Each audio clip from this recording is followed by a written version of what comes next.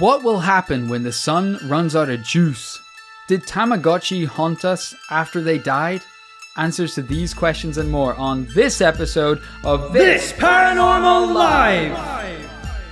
Whoa! Hey! Welcome back to This Paranormal Live. This is the weekly comedy podcast. Every Tuesday we get to the bottom of a different paranormal tale, claim, or case and decide whether it's truly paranormal or not. As always, you're joined by myself, Mr. Kit Greer-Mulvenna, this guy, Mr. Rory Powers. How you doing today, Rory? I thought you'd never get to me. I'm doing fantastic. I'm excited. I'm ready to investigate the paranormal. I got my night viz goggles. I've got my high vis vest. I've got my... So do you want to be seen or not? You're skulking around in the dark, but in a high vis? When I want to be seen, I'll be seen. Trust me. That might explain the flare strapped to your side. Because it seems like you're going to go out in a bang.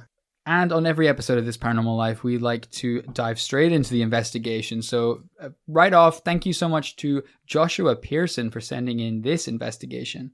Today's case takes us into the Mackenzie Mountains of Canada, deep in the Northwest Territories, around 300 miles from the nearest town of Yellowknife.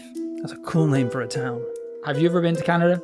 Yeah, I have actually. I lived there for 6 months when I did an exchange program. Right. I went to Ryerson University in Toronto. A very sheltered Canadian experience. Not quite like I imagine the people of Yellowknife. You didn't go to Yellowknife University? Study how to catch polar bears? Yellowknife University is one of those forest traps where the leaves below you fall down into spikes, but instead of spikes, you fall down into higher education. Right. Yellowknife University. You can be stuck there for 20, 30 years before you are wise enough to graduate. Only 5 out of every 30 undergraduates actually survives their first year. Yeah. It's a very unforgiving program at Yellowknife. That's right, this is a long way from Toronto, as far as I gather at least. We are deep in the kind of very northern territories. This kind of part of Canada really terrifies me. This is a part of the world almost completely unexplored by foot. I don't want to get too dramatic too early on in this case, but we're basically talking about a kind of Jurassic Park lost world. It's almost inaccessible by foot. Instead, you have to fly or sail in just to get there. Wow. And once you arrive, it's canyons, caves, huge mountain peaks, valleys, forests, and even a waterfall twice the height of Niagara Falls. Wow. This is truly the land that time forgot. I'm presuming it's quite cold if this is further up north. Cold is all shit. Okay. I looked at the weather patterns. You know, it either goes one of two ways. It's like, you know, one of those places that's cold all the time. Mm-hmm. This is one of those hell zones where it's like 30 in summer and like minus 60 in winter. Wow, all right. I mean, that might have been a record temperature, but it's around like minus 30, minus 40. So it does get nice. It gets nice for a bit, except not, you know, I wouldn't say nice on account of what's about to happen. Oh God, okay. But at the same time, the few humans that have lived here throughout the last 10,000 years have told many legends about this place. Legends that leave their trace to this day on the place names like Dead Man Valley, Headless Creek, Funeral Range. These are the places that surround Yellowknife? Headless Range. The last one was Headless Range. No, it was Headless Creek, leading to Funeral Range, which U-turns onto Headless Range. Right next to Payne City, population death. Which is all situated in, to be clear, Dead Man Valley. Okay. That's to be expected, I suppose. Does anyone live here? In Dead Man Valley? I guess they have to, or else Funeral Creek isn't getting a lot of revenue. To be fair, I don't think... this is kind of like a wildlife reserve area. This is like a massive kind of Canadian the Wild West park. Reserve area.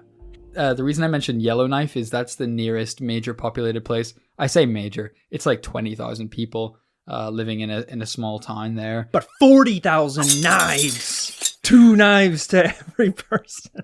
They don't use dollars, okay? Not even Canadian dollars. They just trade knives. And guess what? The exchange rate's on the floor because everyone's got too many knives. What everyone could do with is actually some food and water. Yeah. But if you want a house, you need a knife loan. You need the bank to loan you a bag of knives that I guess over 30, 40 years you will gradually proceed to pay them back in knives. Yeah.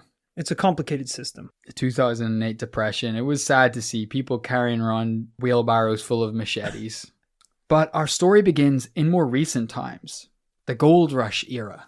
In the early 1900s, people all over North America had heard about gold in the Northwestern Territories, a pristine, untouched, unexplored land where lucky men could make their fortunes.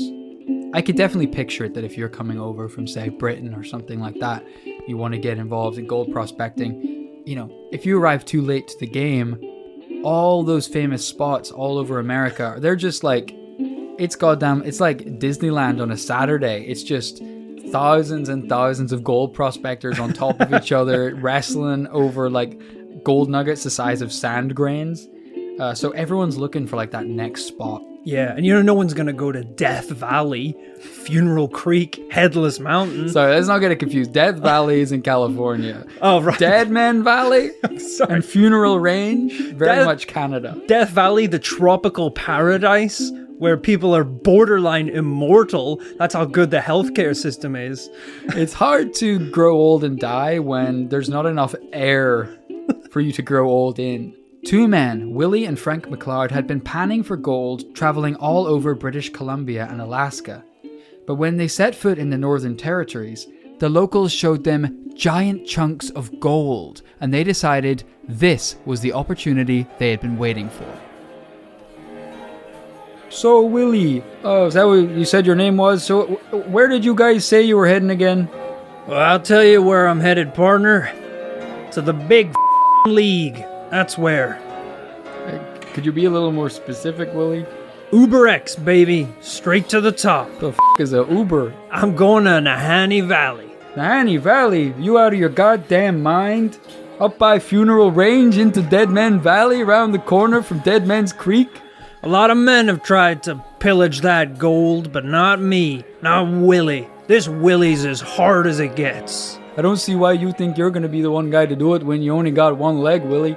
Well, you're not gonna think I'm such a dumbass when I've got one human leg, and one leg made of solid gold. You MacLeod Brothers, you're so f***ing dumb. You're gonna die up in there like all the other assholes. We're gonna have to name another creek after you. Yeah, you'll see. You'll all see. So they packed all their worldly possessions and set out by boat to Nahanni Valley to find gold. The months that followed would be a mystery to everyone. This was an era before technology, and the two men had to live in the wilderness and off the land for everything. We're not talking about like a couple days camping. It's kind of blowing my mind to think of like setting out, sure, for this job opportunity, but just as a part of that, you have to survive in the unexplored wilderness. I love it. Just hunting animals. I want to go right now, man. The thought of like 2 weeks out in the wild, switched off, just gathering food, eating beans and sausages. It's not 2 weeks though, and also you'll run out of beans and sausages pretty quick, so you gotta hunt for your next meal. I'll grab some berries then, some delicious forest berries. Do you know which ones are poisonous? The colorful ones, I'm pretty sure. And then you're just out there, and you're like, you don't know what's gold. Anything could be gold. You just flipping rocks, smashing rocks with your bare fist, eating beans and berries. I don't know. As a city boy, that sounds like a pretty good deal to me. I don't think that's how gold prospecting works. You don't like flip over a rock and smash it. I mean, usually aren't they like panning in rivers? That's true. Yeah. With the little shaky things. The shaky thing. That also sounds kind of fun. I haven't panned for gold in the wilderness. Yeah. However, I have been to Legoland. I've been to England. Death Forest. There's a lot of dead Lego men. Wait, you've been to gold panning in Legoland? Yeah. You're just trying to get like yellow bricks? I don't remember what the deal was, but they, for some reason, I don't know what the it had to do with Legos, but in Legoland, there was like a rootin' tootin' western zone, and they gave you a little gold panning sieve, and you went and you panned in the river. And this thing they had to make it easy for the kids. This thing is flush with gold. You were lied to. You didn't go to Legoland. You went to a work camp. There's no way. I think your parents back sent in you. time. There's no way this is Legoland. Your parents told you were going to Legoland. Yeah, my parents weren't there that evening. And we did have to eat beans and sausages for weeks. It wasn't very fun, actually. I heard Legoland was supposed to be fun. I'm just imagining like you down in the river panning for gold. You like look up and you're like, Lego Batman, can I have a glass of water? And he's like got the full suit on and everything. You can barely hear him and he's like, get back the gold. So I have to assume that it was fool's gold because there was a lot of it. But I felt good about finding a little bit of gold, fool's or otherwise. And I got a little taste of what it might have been like to be a old-timey prospector. I would love to know what the difference is between fool's gold and regular gold. Should I find out? Is it because presumably there has to be some difference beyond the look? Because they look identical, so it must be like consistency or what you can do with. Oh, right. I see what you're saying. Yeah. Because who just decided like, no, actually the gold you've got is shit awesome. Gold. Yeah. I've got the good gold. No, you've got fool's gold. They look identical and can do everything the same. Are you sure? Because it seems like this stuff is harder, longer lasting, cheaper, looks the same. All right, Daft Punk, your gold is shit. Mine is the real gold. You're a fool. Yours is like bendy. It's expensive as all hell. You're a fool for trying to peddle me that shit. That not golden, yellow garbage. It's pretty shiny though, isn't it? Sure, it's pretty shiny because it's trying to fool people into thinking it's gold. It's not going to be black, is it? Actually, that'd be pretty cool. I'm going to start selling black gold as well. What? That's right. Black gold? You mean like this? That is black fool's gold. You fool! This is black gold. That's a rock. If there's no difference between fool's gold and regular gold, I'm just going to start buying a lot of fool's gold. I'll make like a castle or a hat. Why? You would never make a castle out of regular gold or a hat. It's so heavy. Because it's so expensive. That's why. Everyone wants to do it. Of course. I'd love to eat gold for every meal, but it's too expensive. I guess there's lots of differences. I think that one of the ideas of like why gold is valuable is because it's like good for coating things. It's massively reflective. It has like a low melting point. It's quite malleable. I don't think this has any of those uses, although it does look pretty cool in this Wikipedia image. Yeah, it does. You know what? F*** it. Fool's gold is now the official currency of the This Paranormal Life commune. No regular gold. We only trade in fool's gold and although knives. I will say one egg is worth 10,000 fool's gold. We're saying this word too much now. Fool's gold. I know I hadn't called anything a fool in decades. What a shitty thing to do, to call it not just like no one who thought they found fake gold. Yeah, no one who thought they'd struck gold and was now rich for life needed to be told that it was fool's gold and you're a fucking moron for thinking that it's gold. It looks a lot like gold. Imagine going down to the bar and being like, guys, I did it.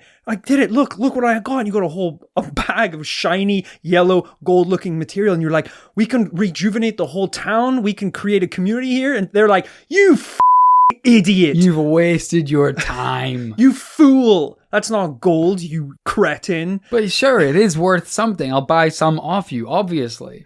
So unnecessary. I know, it's not like there's lots of fake leather products. You don't call it fool's leather. It implies, that the person who has it is an idiot. It's just fake. It has other uses. You got fool's AirPods. Those aren't Apple AirPods. No, they're just Google wireless earphones. Yes, fool's AirPods.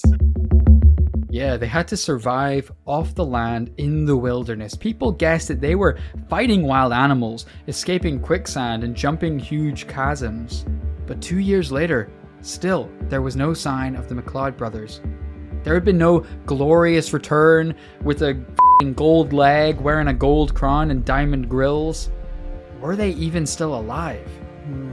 But the rumor began to spread among the other gold prospectors that they hadn't returned because they had hit it big.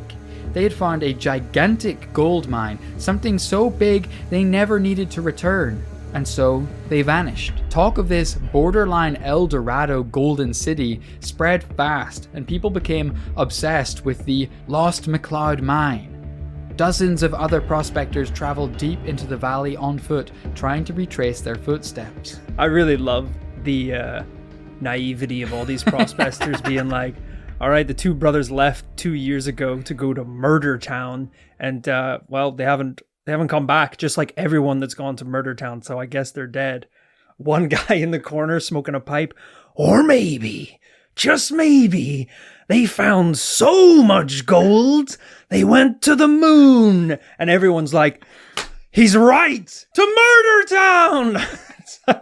Which I'm assuming is just a ledge that leads down into jagged rocks. Yeah. It's just a really steep hill with acid at the bottom. I know. And they're like, we can find it, guys, if we all go in the same direction, then we split up and try and find the lost MacLeod mine. Timmy, you take Funeral Range. I'll take Headless Valley. Johnny over there will take Dead Man's Creek. And Hank, since you're the strongest, you're going to take Bunny Rabbit Hill. Bunny Rabbit Hill, you're out of your mind. You think I got a death wish? But Rory, was it all blind hope? Because they had one clue, just one clue, to point them in the right direction. One of the MacLeod brothers had a habit of carving messages into trees on their travels. Oh, cool. There was only one found on the trail that read, "We have found a fine prospect." That's a lot of carving. Have you ever carved anything in a tree? It's a pain in the ass. Anything more than just initial, heart, initial, Yeah. not worth it. Yeah. Why? What have you been carving in trees?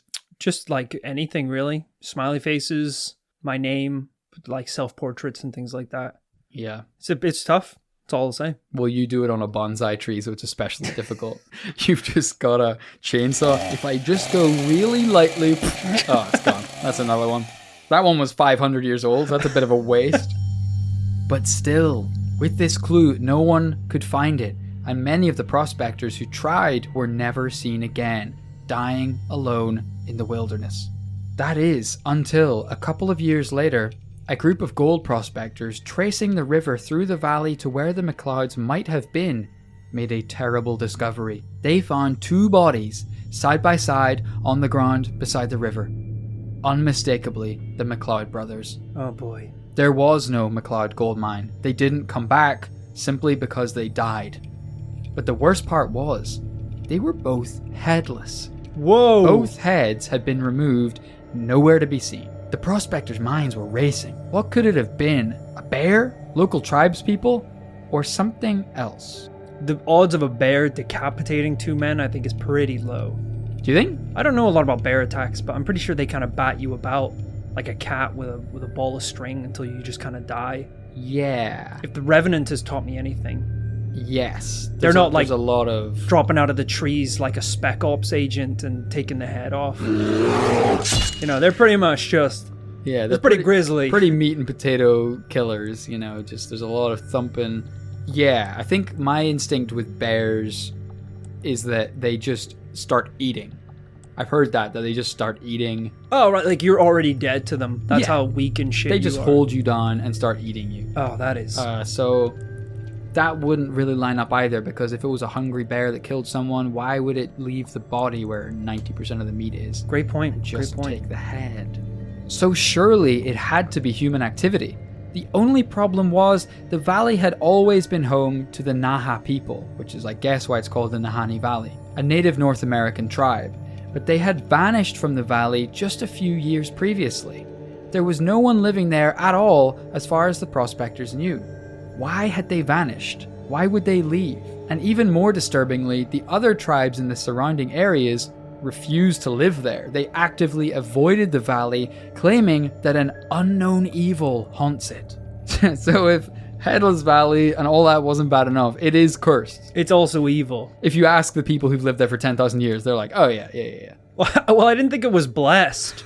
So I had a pretty good indication of how bad this place was going in. To be fair, they could have done a good little switcheroo, you know, like the story of, they call Iceland so that no one would go there, and they called the shitty one Greenland so everyone would think it was green and lush. Is that really the reasoning behind? That's what people say. Should we fact check this? Definitely, yeah. A lot of people tell me this story, that the Vikings, you know, they said, oh, this one's Iceland, you don't want to go there. It's harsh and foreboding. We'll take Iceland, but you guys can have Greenland. Oh, I see. That's very sneaky. All right, well, apparently it's not true, and I can't be bothered reading any further. The day we start fact-checking on This Paranormal Life is the day I die. It's the day that you'll have to fact-check my pulse, because I'll have bled out live on air. So it could have been that the native people, met the Europeans that came over, and they were like, hey, natives, is there anywhere good here we should know about to set up camp? And they were like, oh, here? You mean Death Valley? No, you guys should probably keep going up the road to Bunny Rabbit Hill. It's a lot more welcoming. Death Valley is like a tropical paradise. Like in the background, there's like palm trees blowing in the wind. There's like kids running around, all playing, having a good time. Are you guys sure? It looks pretty nice down there. Oh, a lot of those kids are killers. What? Brutal kill. That's why Murder Town. Yeah. Jesus, you want to keep on moving. But what did you say?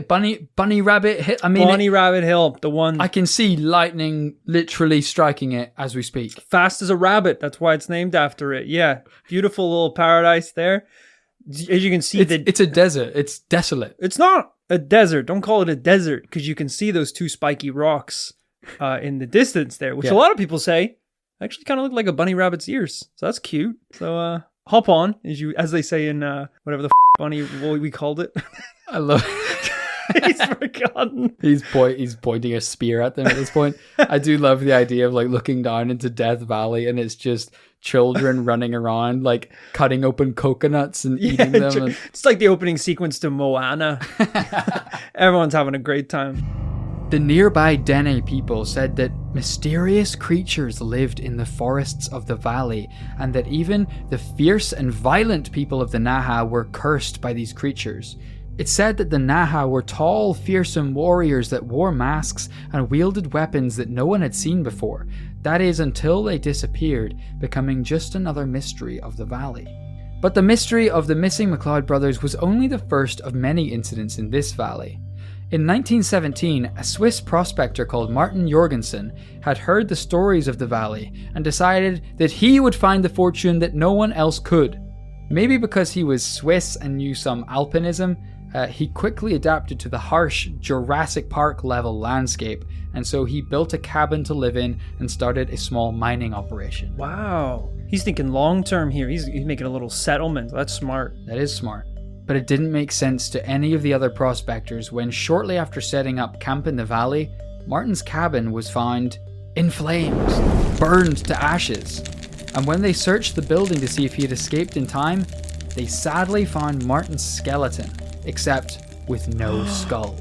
What? His head had been removed. Okay, so 2 headless prospectors happens all the time, right? Just a coincidence. Well, fast forward to 1945 and a miner from Ontario who was just peacefully sleeping in his sleeping bag, camping in Dead Man Valley, when he was found with, you guessed it, no head. Oh my god. What the hell is going on here? Look, you said it. Sure, 1 prospector, 2 prospector found decapitated. If I had a fool's gold dollar for every time I found a decapitated prospector. I had a fool's dollar. Just a Pokemon card. But this is getting a little suspicious. It is. I've got too many fool's dollars because this is happening a few too many times. What we need to find out is what is causing this. Is this, we've heard it's cursed before, but curses usually, mean that something unfortunate befalls the people who are residing within the area of the curse.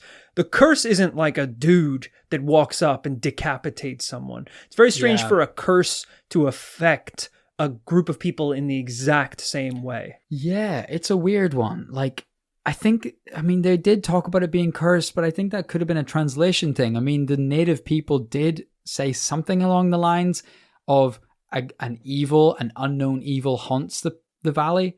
So right, it could be that they're describing a spirit or being or beast. Now is not the time to be ambiguous. You shouldn't be like, watch out for the curse of the valley. And you're like, okay, well, what's the curse? And it's like, well, the curse is there's these monkeys that eat heads. It's like, well, that's not a curse, is it? Well, if you had given us the heads up, we could have brought knives for the monkeys. Tell us about the monkeys. Don't tell us about the curse. Tell us about the monkeys that eat human heads. Lead with that. Yeah. Because now we're out in the woods. We've got a bunch of sage and a priest. He doesn't know why he's here. And I don't even know. Steve, do you know? He's dead. His head's gone. Fantastic. You killed Steve, the priest. Oh, great. My head's gone now. My head is on the floor. I can still talk, but it's on the floor. We've talked about it before in this Paranormal Life. You know, you should just make a sign. Yep. Make a sign that gets the basic amount of information across. Murderous head-hunting beast ahead. Mm-hmm. Something like that. A couple words. I guess there's also the chance that this is possibly a Last Crusade-style Indiana Jones trap.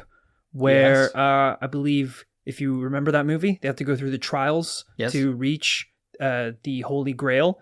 And I think it's the first one, which is like kneel in the face of the humble man. It's something about like the humble man will be the one that passes through. Okay. And you have to go down on one knee. And obviously, if you don't, the blades from the side come across and completely cut off your head. I think they cut off the head of like 3 guys beforehand. Which was pretty insane that they were sending in Nazis and heads were rolling back out. And they were like, all right, send in another one and another head. And they didn't think that the head was getting cut off when they were coming in here.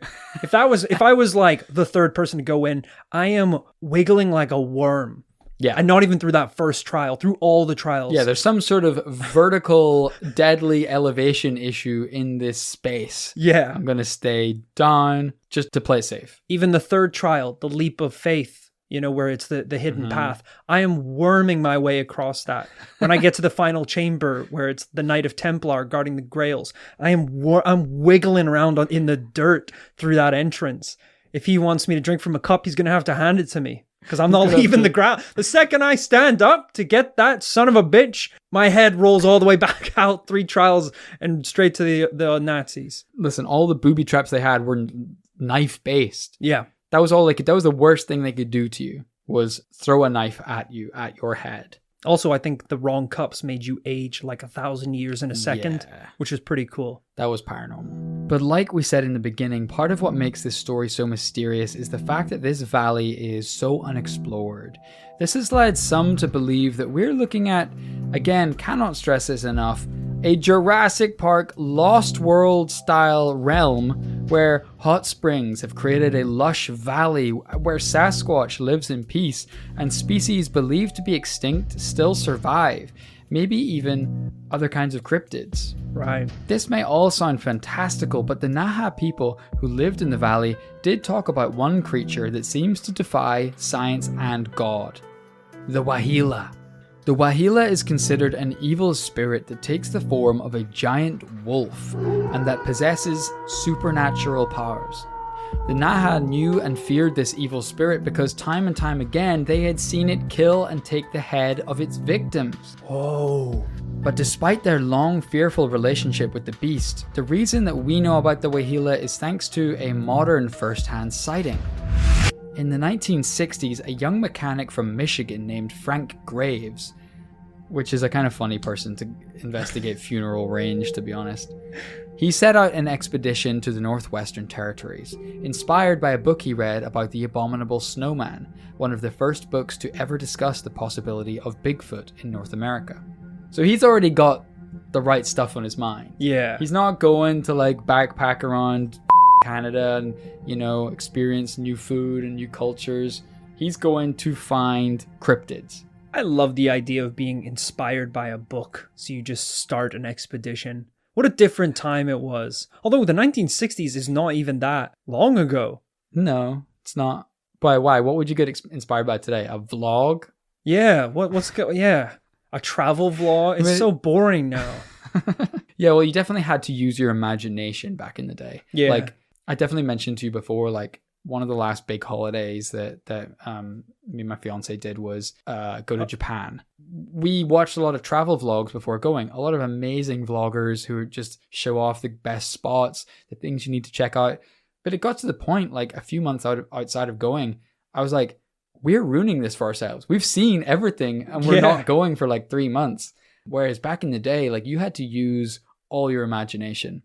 Yeah. The first guy to ever see a rhino had to draw the rhino and then mail that letter to London, where they printed that shitty drawing of a rhino, may I add, in every paper. And everyone was like, oh my God, these foreign beasts. Yeah. And they're like, well, there must be this must be like a smudge or something, right? Because he's got a horn on the front of his head, and he's like, that's what they look like. It's crazy over here. You could basically go in VR to anywhere on Street View in the world right now. And explore it yourself. I could put on cardboard VR goggles and hug a rhino right now if I wanted to. And get gored by a rhino. Yeah, it's a shame. Yeah, I think definitely in the 1960s and before then, there was just more of a sense of adventure. There was like more of the world that had still was still unknown and unexplored. Well, it's funny you mention. So Frank found a crew of 4 men to accompany him into the wilderness, and they were all from the American Expeditionary Society. So we think of the 1960s as being maybe a bit more of an adventurous time, but really exploration was already dead by then too. These students at university had to set up an expedition society just to do it. They were trying to like reignite the flames of expedition in society. Oh, I love it. That's badass. And so Frank's team took boats up the river into the valley and established base camp at Virginia Falls, somewhere they could explore from. And on one of these expeditions, walking along a trail, they heard a rustling in the bushes. Thinking it was one of the hunting dogs coming to join them again, Frank didn't raise his gun at the bush, so his guard was down when a huge white beast leapt out at him. At first he thought he was looking at a polar bear, but as his eyes adjusted to what was in front of him, he realized it looked more like a giant wolf with a huge flat head and short ears. Whoa. Graves didn't hesitate to draw his 12 gauge and unload both barrels into the beast, except it didn't even flinch. Jesus! The pellets pierced and ricocheted, but the demon didn't miss a beat. It 180'd and made back for the forest, sparing Graves' life that day, giving him just enough time to load his 12 gauge once more and go for round 2. But again, the beast didn't even notice, and it vanished into the woods. As Graves collected his thoughts about what he had just seen, one of the Native American guides returned from the woods to join him and asked what had just happened. As Graves told him everything that happened, the guide's face went white, and he demanded that they immediately leave the area by boat. He explained that this was no ordinary animal. It was a huge, deadly, rare beast from the north that came to the Mackenzie Mountains once a year. But crucially, Graves wasn't the only one to have seen this. The Dene people and the non-native visitors to this area have reported a handful of sightings throughout history, and whilst no one saw it firsthand take someone's head, it's definitely big enough to. Is that part of its lore? That it takes people's head? Yeah, like I said, the Naha people, they believed that there was this prehistoric cryptid style wolf spirit that would take people's heads. That is badass. So pretty nuts that we do have some Native American lore that is seemingly being confirmed by a first-hand sighting from a cryptid hunter. Yeah, and then backed up by the people who know actually about this part of the world. Yeah. I like what I'm hearing, guys. So, in some ways, we have a pretty strong case for some kind of head-stealing cryptid. Yeah. However, as always on this Paranormal Life, I would be remiss if I didn't mention some of the other theories about what is happening in the Nahanni Valley. Some people thought that the murders and beheadings might have been caused by local Native Americans, who, correctly assessing that white people were coming to take their shit, might have killed the intruders. Of course, I did say the valley was abandoned, but it's not impossible that small communities hid in the Jurassic Park-sized lost world in this valley. And lastly, there is one final, very human potential suspect in all of this. The Mad Trapper of Rat River. That's the worst name I've ever heard. The Mad Trapper of Rat River. You just know he's going to ruin the story, don't you? It's already going to... We were just talking about a beautiful, majestic forest spirit with a wolf heart. And now it's either him or f***ing Dirt Greg from Rat Town. It's basically a meth head, or it's Princess Mononoke's wolf from the film. In 1931, a local trapper working in this area complained to the local authorities that someone was tampering with his traps, and suspected that the Mad Trapper of Rat River who lived on the hill was the criminal. This guy was a mad recluse, who lived in a cabin in the woods. And when the police went to his cabin to question him about tampering with the traps, he simply shot a shotgun through the door that they were knocking, almost killing one officer, and fled into the forest. Another trap activated. It's not a trap if you just shoot me at point blank range Through a door. And so a 150-mile on-foot police chase ensued through the Yukon and the Northwest Territories until they finally cornered the mad trapper at Eagle River, Yukon, and they shot him down on the spot. So he died? He did. Okay. Now, crucially, in his possessions, they found gold teeth belonging to men who had gone missing in the Nahanni Valley. Whoa. So this doesn't prove he killed anyone. He may have just found their skulls or fragments of their skulls. Right. And, dug. He lives in Rat River. He's going to be digging things out of skulls and bones. There's no way he's not drinking the waters of Rat River. He sounds like a maniac. But it does leave an uneasy possibility that someone like that could have killed our prospectors to take their shit. It's true. It does seem a little strange, obviously, if he is going for gold teeth. It seems like a lot of effort to kill the prospectors and then take their heads, as if that would be the fastest way to do it. Yeah. Because you're not exactly like under pressure to get that job done quick. You're not going to bump into anyone else in that wilderness. Unless, all right, here's some wilderness bro science. If you murdered someone and spilled blood in the wilderness, are those bears coming to find you? Also, I'm very up for the term bro science for a section of our podcast. I can't believe we've been doing this show for this long and we haven't talked, because this show is bro science. Yeah. Straight up. Let's talk bro science. Bro science. If you kill someone in the woods, Yeah. can a bear smell it and track you down? Is that... That's like clapping. This is the bro version of if a tree falls in the forest. If I die in the woods, will my bros have to cut off my head and bring it back to society in case they get attacked by a bear? Is that the time pressure on killing someone in the woods? That you activate a bear's radar? Bear radar, yeah. Well, I don't think they're predator. I mean, bears aren't in the trees looking down at the humans. But it's like a shark. They smell the blood in the water. Do they? Well, sharks do, but I don't know if bears do. But presumably that's... Because I don't even know how... This is some real bro science coming at you here. Bro science. I don't know if that's true. You know how people are like, a shark can smell blood from 100 miles the second it hits the water. I don't think that's how that works, because that's magic.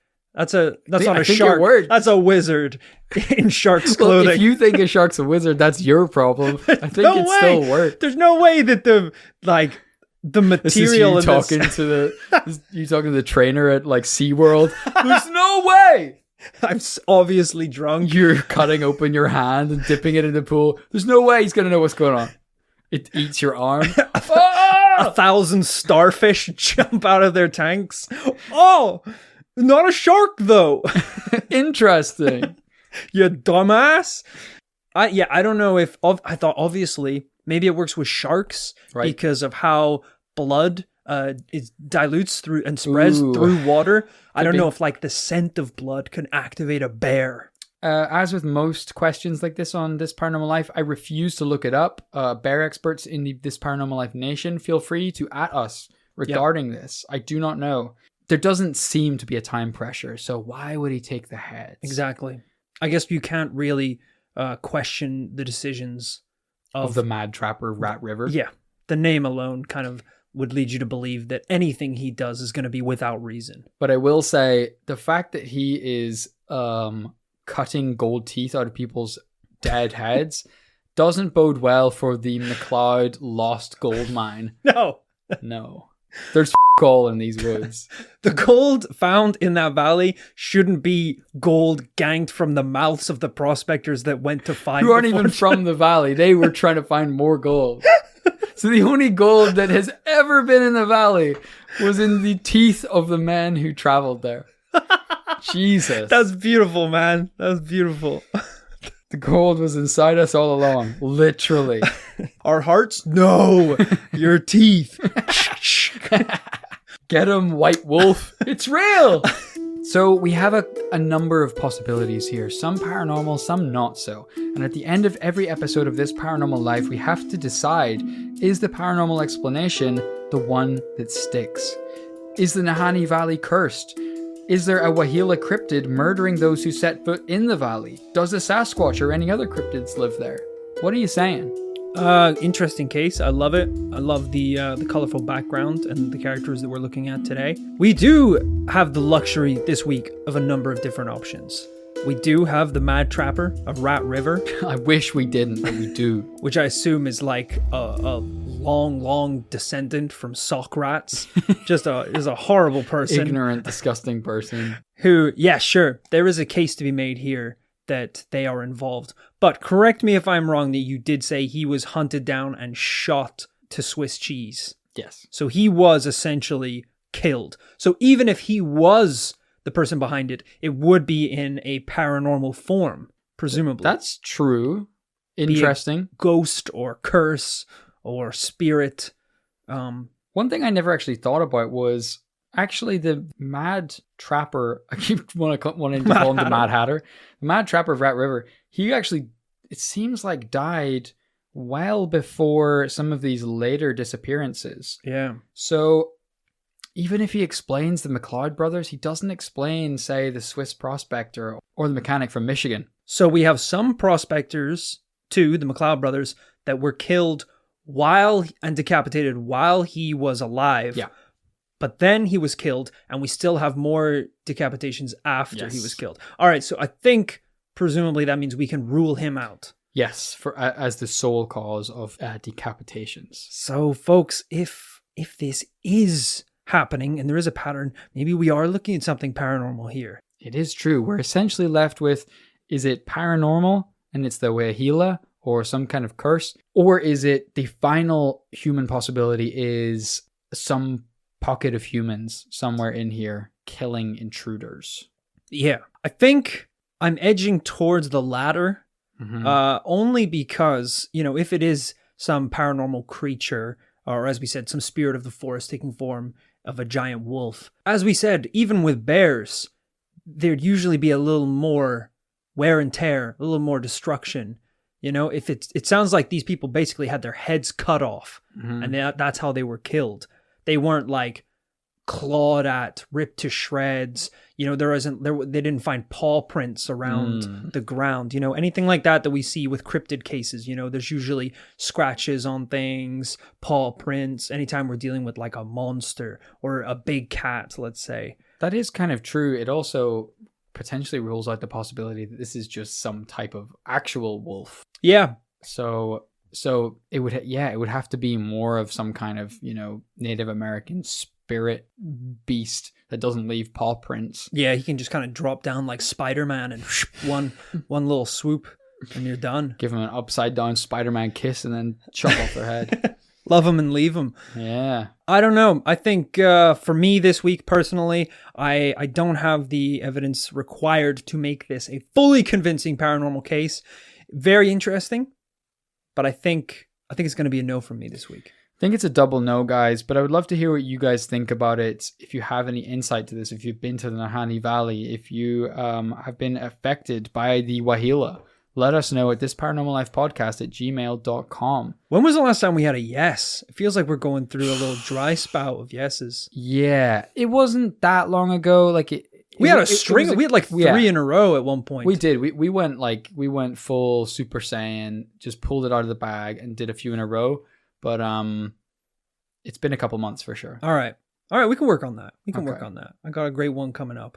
Oh, yeah? Yeah. It's going to be a double yes. And if you just can't wait till next week to get another This Paranormal Life investigation in your life, head on over to patreon.com/This Paranormal Life, where from $5 a month, you get access to a backlog of bonus episodes. These are full-length investigations that we do not put on the main feed. They are exclusive to patrons. There's some fantastic investigations in there, some of our favorites, some really interesting close calls, and then some really wild, hilarious ones. I mean, in recent memory, we did a ritual live on the podcast. Yeah.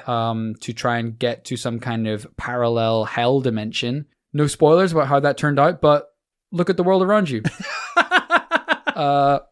We're in fool's world now.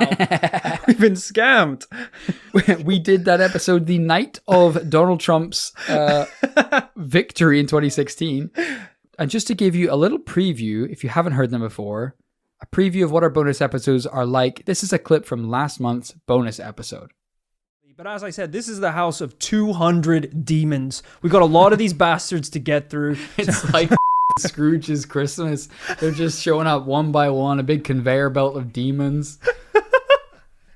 Yeah, Scrooge actually wasn't that bad a guy if just 3 ghosts showed up to teach him to be a better man. They were all human ghosts as well.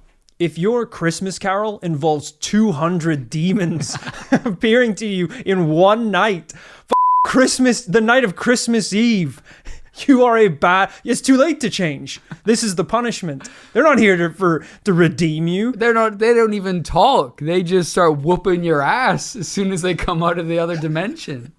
Can you imagine being Scrooge, going to bed on Christmas Eve? The Marley Brothers told me that I'd be visited by ghosts in the night. And then the light shines through and you're like, oh my gosh. You open up and you see like the smoke rolling in. You're like, Spectre, are you here to teach me about the lessons of Christmas past? And then the smoke clears and it's just this little imp boy. He's not even dressed as Santa Claus. He's just got a fiery little red hot poker jabbing you with it. He has a weapon. That's all the intent you need to know. Oh, man. I crack myself up sometimes. Those are really the best episodes. So remember, head on over to patreon.com/thisparanormallife to check that out. And at the end of every episode, we like to take the time to shout out those who've supported us on Patreon. Let's go. Special thank you to Dan Jenkins. Dan Jenkins has 10 kids. He's got 10 kids. 10 little rugrats running around. Yeah. That's a lot of kids in this day and age. It's a lot of kids. I think he was going for that old school, if I have enough of them, they'll be able to support their old man. They're gone. They left. Yeah, they left day one. They hate him. Yeah. Thank you also to Mikhail Shulgin. Well, if it isn't Mikhail Shotgun Shulgin, the fastest and sharpest shooter in the West, only with a shotgun though, so needs a lot of spray, It's not a good gun to be fast with. Maybe like a revolver's pretty good. A shotgun, you pretty much have 1 to 2 rounds and you're done. Yeah, well, that's all he needs. One. He cut off the other barrel because he needs 1. Thank you to Catherine Peterson. Catherine's always letting cats in. She keeps every window of the house open. Tuna on every windowsill. She's borderline baiting them to come into this house. She's a local drug dealer of catnip. Of course. And I'm not going to complain because she invites me over all the time. And it's just a cuddle puddle. You can just roll around the cats. Are you it's sure pretty she great. doesn't operate a cat cafe? That would make a lot of sense. That would also explain the money that I owe her. Thank you to Mikas Venkelis. Mikasa es tu casa, Mikas. The doors are open. The tuna is on the windowsill. Help yourself, my friend. Just watch out for the cats, though. If they see you going for that tuna, they will attack. Thank you to Ryan Brooks. Ryan Brooks is the guy you get in to cook the books. Ooh. If you want the money to say that it disappeared, I don't know how to cook the books. Yeah, I don't know what that means. If you want those books with some barbecue sauce and a side salad, then get Ryan involved because he'll cook them right up for you. Thank you to Liam. Liam wouldn't want to be him because much like the people of Yellowknife, he has knives for hands and knives for feet. It's very hard for him to walk or move or get on a transatlantic flight. It's frustrating because if he had a Swiss Army knife for each hand or foot, he would be a lot more useful. But knives, you can only cut things. It's a shame because people judge him, because you got knives for hands. But deep down, he's got a heart of knives. That's right, his heart is also knives. Thank you to Kimberly Bomer. Okay, Bomer. Oh, God. Kimberly is a #1 Zoomer. She's a TikTok star. She is dunking on boomers all day long on social media. That's cool. She actually dunked on us pretty hard, which I feel pretty embarrassed about. I'm not a boomer. I don't want to be classified that way, Kimberly. But how old do you think I am? Well, she's 9, so she thinks everyone's a boomer. Thank you to Coleman Tinker. Do you know what Coleman mines for? What? Fool's gold. Oh, thought it was gonna be something with Tinker. Or coal. No, Yeah. fool's gold. Coleman figured out that if you can sell this stuff on the street for a pretty high price if you just remove the fools from the advertising. Yeah, but of course, Just call it gold. might I remind you, Coleman, that fool's gold is the currency in the paranormal commune. Yeah. We don't want your regular gold. Get that shit out of here. Thank you to Lydia Steyer. Lydia Steyer will give you a stiring contest, Ooh, but she never loses because she has a third eye. that doesn't. But presumably, it also has to blink. Well, it does. It's a spiritual paranormal third eye, but yes, it does have to blink. But So she's between probably- all three eyes, one of them's not blinking at any one time. But as long as they all blink once. Moving Oh. on. Thank you to Nickmon12. Nickmon was a Digimon originally cut from the manga series for being a little too violent. Because when he digivolved, he became a knife. What? Just a knife, not even sentient. You know, you have all those different levels of digivolving as well. Yeah. And like he just got bigger and bigger types of knives. Yeah, which was, really dangerous because he would just jump and then midair turn to knife and come down and just impale someone. So I can see why you're caught. Terrifying. Thank you to Dark Solaire TV. That's one of those TV channels that only appears at like 3 a.m. on a TV where you're using a coat hanger as an antenna, in an If you're abandoned in motel. if you're in a hotel room, yeah. Yeah, it's some, and it's all basically static and flashing images, some creepy paranormal stuff. Thank you to Aaron Jones. Aaron Jones is the most baseball player name I've ever heard in my life. There is no way, sir, that you're not a baseballer. Yeah, Aaron not Jones, a basketball. Are you out of your mind? Aaron Jones, get us tickets to the next game, my friend, please. You're I obviously don't a want to baseball hear player. all this. I don't play baseball. All this. I'm a kid. I'm 14. Just send us the Bullshit. tickets and an autographed bat. Thank you to Chad Brewer. Chad Brewer? Next up, batting for the New York Yankees, Chad Brewer. That's right, we're talking about an MLB star here, folks. There's no way Chad's not a baller. And you know he's batting 6-0, and you know he's getting sent off early. I love it. I hope this next name is going to be another big baseball star. Thank you to Isaac Baldridge. Oh, I was hoping for like a roided out baseball Hall of Famer. Isaac? Isaac could be a tennis player, or maybe something like that, or maybe a pool player, or Yeah, it's technically baller if you play pool balls. Isaac, have you ever even tried, man? Have you ever even tried like Little League or something? if you Get change your softball? name, you could be good. Isaac is a badass name, I will say. Think about Newton. He was a baller. He had a f***ing apple. Thank you to Whitney Taylor. Whitney Taylor, MLB MVP? Batted 400 last season? For Hondo. It is an honor, It Whitney. sounds like a lot. Whitney, if you're available for mentorships, I know a young man named Isaac who is looking. He doesn't know shit about the game. And he doesn't want to know shit. Thank you to Haddle McSnaddle. Come on down to Haddle McSnaddle's Saddles, where we can saddle anything you want, any animal you want. You want to ride on a turtle? Done. Boom. We got a saddle for that. Could I get a saddle? Could I just get a saddle Any old to fit saddle. to my size? Like 5'11"? What? Well, A saddle I need for to be able, no, not man? to ride me, but so I can sit on it. It You fits me. sick No, you can't get a saddle for a man. I'll give you a saddle for any. I'll give you a saddle. You can ride an antelope into the sunset if you want. But I will not ride a man. Can I just? I don't want an antelope. Can I just get a horse saddle? We don't have any horse saddles here. Great. Good business model. Okay. Thank you to Nina McKendry. Nina, inventor of the Nina Colada. That's right, her very own cocktail. It is delicious. It is boozy. It is basically, I'm not gonna lie, it's a pint of Lombardi with Wow. a slice of pastrami. Jesus. There's no way that can be good. You mix it all up in a blender, and you got to do it fast because the Lombardi will dissolve the interior of a blender in seconds, really. And you just put it in a beer bong and funnel it. Nina, why would you put your name to this? Thank you to Jen Bottom. Jen Bottom is top of the batting order because this home run hitter can't keep balls in the park. She's trying to keep them in the park? She tried to bunt last season and hit it into the car park. She's a machine. She is literally, I'm telling you right now, she's a machine. They're questioning whether they should ban her from the league. Oh, she's not human. She's not a human being. Thank you to Duncan Barnett. Mr. Barnett, they call him Duncan because he's casually dunking himself into the MLB Hall of Fame. Wow, using a basketball term to conquer baseball. I love it. He is catching every ball, is hitting every ball out of the park. He's confused with what to do with the balls. Yeah.